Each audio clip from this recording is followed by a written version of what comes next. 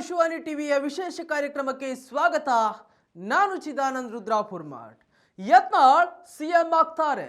ನಿಮ್ಮ ನೋಡಿದ್ರೆ ಸಿಎಂ ಆಗುವ ಎಲ್ಲ ಲಕ್ಷಣ ಇದೆ ಎಂದ ಜೈನ ಮುನಿ ಸ್ವಾಮೀಜಿ. ಹೌದು, ರಾಜ್ಯ ರಾಜಕೀಯದಲ್ಲಿ ಪಟ್ಟದಾಟ ಭರ್ಜರಿಯಾಗಿ ನಡೀತಿದೆ.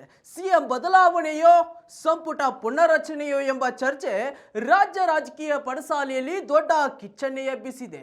ಡಿಕೆಶಿ ಬನ ದಿಲ್ಲಿ ದಂಡಯಾತ್ರೆ ಮಾಡಿ ಬಂಡೆಪರ ಬ್ಯಾಟ್ ಬೀಸಿದ್ರೆ, ಇತ್ತ ರಾಜ್ಯ ರಾಜಧಾನಿ ಬೆಂಗಳೂರಿನಲ್ಲಿ ಇದ್ದುಕೊಂಡು ಸಿಎಂ ಸಿದ್ದರಾಮಯ್ಯ ಬನ ಗುಪ್ತ ಸಭೆಗಳನ್ನು ನಡೆಸಿ ಡಿಕೆ ಬನಕ್ಕೆ ಟಕ್ಕರ್ ಕೊಡುತ್ತಿದ್ದಾರೆ.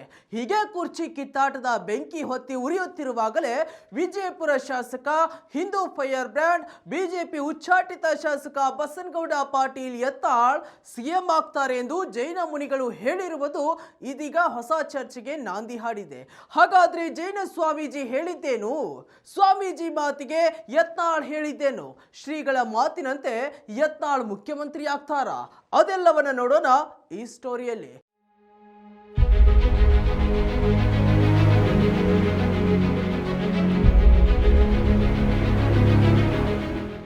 ಬಸನಗೌಡ ಪಾಟೀಲ್ ಯತ್ನಾಳ್ ಬಿಜೆಪಿಯಿಂದ ಉಚ್ಚಾಟಿತಗೊಂಡ ನಂತರ ರಾಜ್ಯದಲ್ಲಿ ಭರ್ಜರಿ ಸೌಂಡ್ ಮಾಡ್ತಾ ಇರುವ ನಾಯಕ. ಅದರಲ್ಲೂ ಗಣೇಶ ಚತುರ್ಥಿಯಾದ ನಂತರ ಗೌಡರ ಅಶ್ವಮೇಧ ಕುದುರೆ ಕಟ್ಟಿ ಹಾಕಲು ಸಾಧ್ಯವಾಗುತ್ತಿಲ್ಲ. ಜಿಲ್ಲೆಗೂ ತೆರಳಿ ಅಬ್ಬರದ ಭಾಷಣವನ್ನ ಮಾಡಿ ಹಿಂದೂ ಕಾರ್ಯಕರ್ತರ ಹೃದಯವನ್ನ ಗೆದ್ದ ಹೃದಯ ಸಾಮ್ರಾಟನಾಗಿ ಮೆರೆದು ಅಬ್ಬರಿಸ್ತಾ ಇದ್ದಾರೆ.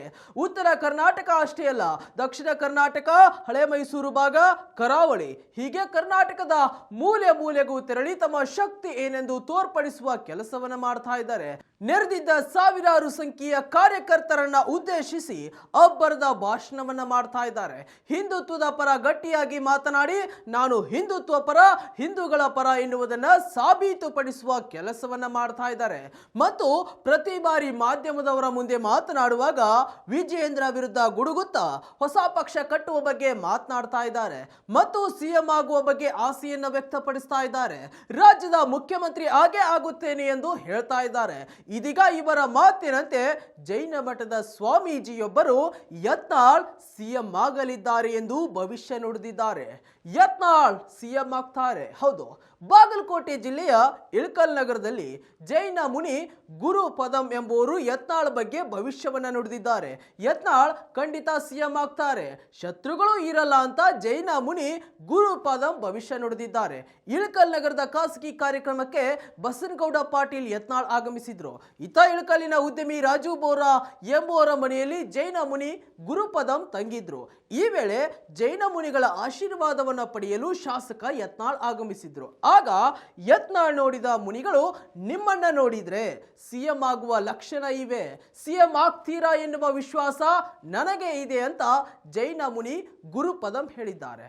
ಸಿಎಂ ಆಗ್ತೀನಿ ಅಂತ ಪುನರುಚ್ಚರಿಸಿದ್ದ ಯತ್ನಾಳ್. ಹೌದು, ಇನ್ನು ಕಳೆದ ಶನಿವಾರ ಕೂಡ ನಾನೇ ಸಿಎಂ ಅಂತ ಯತ್ನಾಳ್ ಪುನರುಚ್ಚರಿಸಿದ್ರು.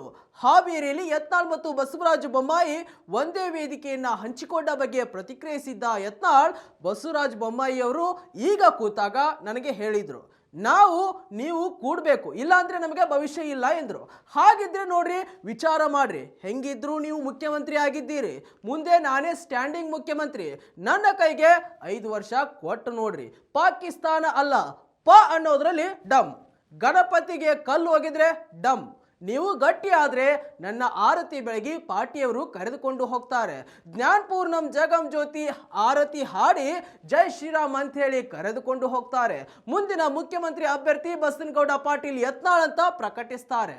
ನಾನೆಲ್ಲೂ ಅಕ್ರಮ ಆಸ್ತಿ ಮಾಡಿಲ್ಲ, ರೊಕ್ಕ ಸಹ ತಿಂದಿಲ್ಲ ಅಂತ ಹೇಳಿ ಮಾತನಾಡ್ತಿದ್ದೀನಿ.